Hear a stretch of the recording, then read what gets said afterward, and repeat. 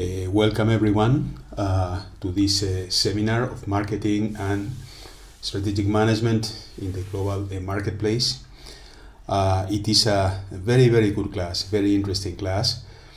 I will try to provide you with a very advanced version of strategic management based on what is called industrial economics. That is, you might have heard of Michael Porter, that of the I think he wrote his first book, Competitive Strategy, 1980. Okay, after that, strategic management continued advancing and continued introducing new analytical tools, relying on econometric modeling. I will use that. I will not show you all the modelings because it's very dry if you want, but I will show you the conclusions. The first thing is that it provides a lot of critical thinking, and you will see how in our Webex sessions every week we are going to exercise that critical thinking. This is going to be extremely valuable for you because the single most important competence of a manager is critical thinking. A senior manager needs to make decisions, and critical thinking is definitely the best way to do it. And to develop critical thinking, you need metrics, and this is what these econometrics models provide, metrics. And you will see how in week 1 you will have to do a very intense exercise of finding metrics, and the metrics is the economic value creation. And so the exercise in week 1 is extremely valuable to set up all the framework or the backbone of the rest of the class. Another thing is that this view of strategic management is that it really simplifies your thinking tremendously. You know, strategic management 30 years ago had a very bad reputation, that it was all based on blah blah blah blah. But once you put these metrics, it really provides you a very smart and simple way of looking at strategic management that will help you to integrate all the previous disciplines that you have studied: marketing, operations, human resources. Everything is integrated very neatly. You will see how this works throughout this class. So it is a very interesting class, very powerful for your careers and for your growth as a manager. Well, you have to go to the contents, find this academic integrity pledge, and you have to just put it in your folders. You need to. This seminar relies heavily on working on a project that you will do as a team. So we need to develop some tools so to ensure that the teams work properly. So take a look. You have to create a team agreement. You have a form to do it. You have to download these forms in the content area. And the team must make decisions, and you need to find a way to make decisions to develop that team protocol. That is a majority rule. Second thing is, every week you have to create like a work plan and turn in the work plan. First weeks are more demanding because you will turn in something, I will make adjustments, return. But once you spend 1 or 2 weeks, you get used to it. What is critical is the following: each student must contribute with something concrete. So it is not acceptable to say, okay, I'm going to review the work, or I'm going to check if things are fine. That's not a contribution. So each member has to contribute with something. And whatever each member contributes must be reflected in the lockers. I will tell you in a minute what are the lockers. This is something that is very important in this class, because every week when I grade your team assignments, I go to the lockers and I check that each member has really contributed something. So it's very practical and concrete. This is where you find your lockers. Lockers are critical because it is a teamwork, and I have to create the participation of each member. So I take a look at the assignment, but I also go to the lockers and take a look of what each member has contributed. And I realize immediately if the team member really knows the theory, is participating in the weekly Webex sessions. Yeah? So here at the right, I put the structure of the lockers in the file that I provided in this announcement. At the bottom, there is a PowerPoint. You can just copy each one. Please follow this structure. Do not follow a different structure. So this list. Number 1, team agreement and work plan. Number 2, business plan draft. Week 1 discussion. Week 2 group. This is exactly the structure of the grade book. So don't use a different name. Don't use a different structure, because otherwise it becomes like a scavenger hunt for me. So I need to. You need to simplify all this class. Otherwise, this class is really too challenging, and we need to make sure things are simple.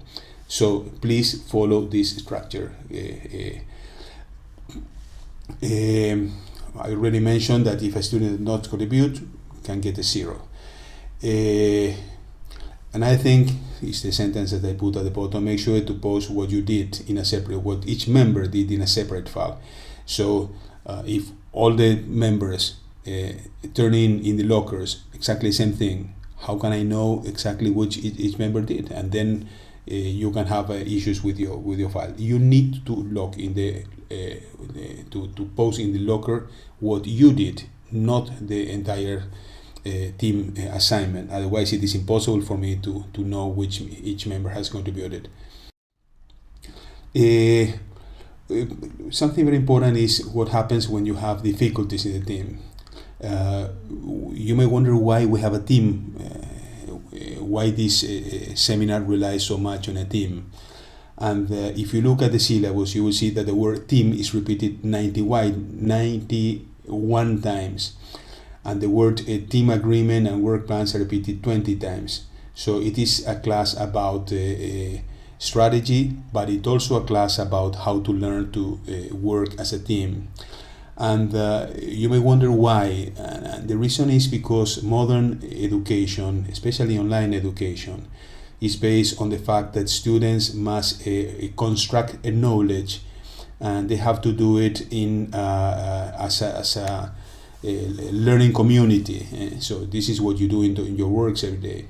So it is a training that it is very important for your careers, because in modern organizations you need to create knowledge as a team.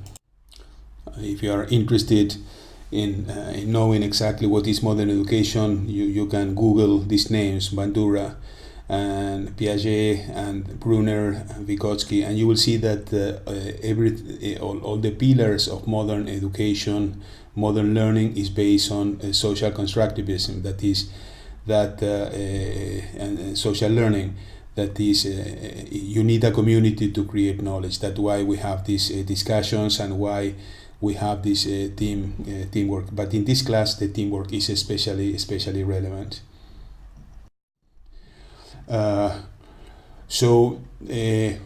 Because this is everything about knowledge construction, is that I don't care if you commit mistakes. I mean, this is the way to construct knowledge, right?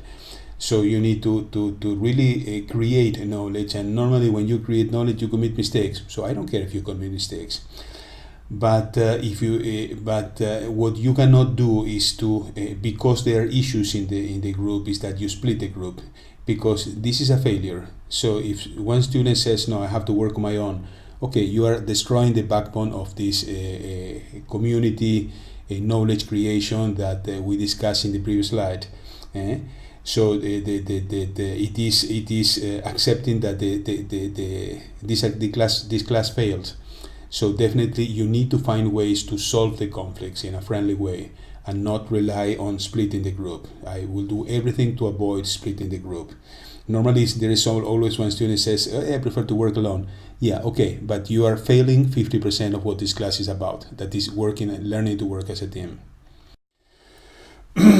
Several questions that you can have. Is can an underperforming peer impact on your education, on the quality of your assignments? And response is no, because each group has enough students. So if one student fails, doesn't matter. You continue with the rest of the students. So it's not an issue. you still have enough students to make a good assignment. So it shouldn't affect the rest of the team. Second question, can conflicts in a group impact you on your personal grades? The response is no. This class is very transparent. That's why we have these lockers that each student has to collaborate with what they have worked. We have the weekly Webex sessions, the peer evaluations. I have a lot of emails that you exchange with me that I consider who is really what's going on with the team, etc. So there is many ways to know whether someone is not working. So it's very, very transparent. So I automatically realize who is working more or less. And if I realize that one or two members are not working, automatically I try to compensate the others with a higher grade, because considering that they have an overload. These are questions that many times students ask is can the team decide about the grade of the underperforming peer? And the response is absolutely no. No, there's no way, no. The only thing you can do is you can alert me, you can raise a flag that one student is not collaborating, and what it does, it really helps me to start researching on the platform what happens with that student. But the team cannot make decisions about the underperforming students, and only myself, the faculty, can do it. Because otherwise we can have situations of bullying, that 4 members of the team bully on one member, on a minority, whatever, and that's absolutely not acceptable. So I cannot accept bullying. I cannot accept that 4 members start acting in a mean way with one member. So the only thing you can do is alert me. This student is not participating. I am the one that decide whether the grade must be lowered. Team members cannot be removed from the project, so all the members will have to continue. If you have decisions, you have to make decisions. Finally, the faculty is the one that decides the grades. The reality is that we live in a world in which we have conflicts. I mean, remember what Herbert Simon, the Nobel Prize, he developed all this model of bounded rationality, that it means that organizations are complex, people have different interests, people have different competencies, different skills, whatever, and you have to live with that. So not everyone has the same motivation, not everyone has the same goals.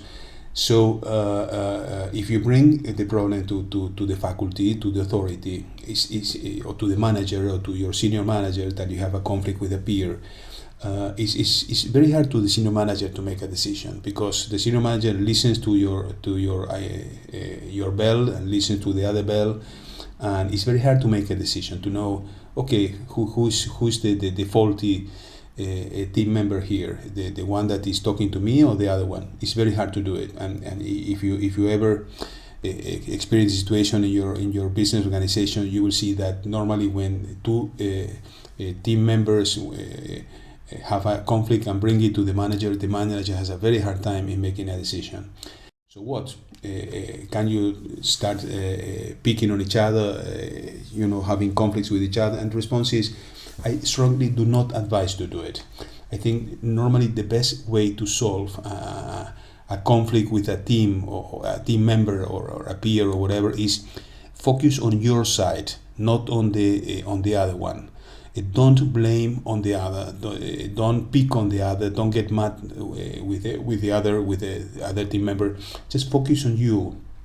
It is a big mistake to start blaming on the other, because the only thing you do is you create conflicts and you escalate the conflicts, and you don't solve anything. The way to solve these conflicts is to focus on you. Find a way to do your work. Find a way to work in harmony. I remember I had many years ago, when I was substantially younger, I had a conflict. I have one of my neighbors had a pump that made a lot of noise, and I put a lot of pressure on my neighbor. Hey, listen, you have to solve your pump that is so noisy, I cannot sleep at night. And it was a mistake. I need to solve my part. I need to move to another room. I need to use leads on my ears or whatever. But it is a mistake to put blame on the others, because the only thing you do is you escalate the problem, and then the situation becomes even worse and worse and worse. Focus on your side, and see what you can do to contribute. See how can the rest of the team can do the work without the unperforming team. So you need it is an excellent exercise of how to solve team difficulties and do your work. Okay, very, very, very, very important. Probably the most important thing in this class is the platform says that you have to use Word to create your project, your business plan. Don't do it. Use PowerPoint. I cannot force you. If you want to use Word and not PowerPoint, do it. But it is a bad idea. Why? Because Word is not a good technology to communicate. Nobody can read 80 pages. Who has time? Your boss doesn't have time. Your boss has time to read a PowerPoint because he or she can read it in 1 minute or 2 minutes. But your boss has no time to read a Word document with 80 pages. It is impossible. No, nobody can do it. Nobody has time. Second, so I am your boss in this class if you want, so you need to communicate your work to me.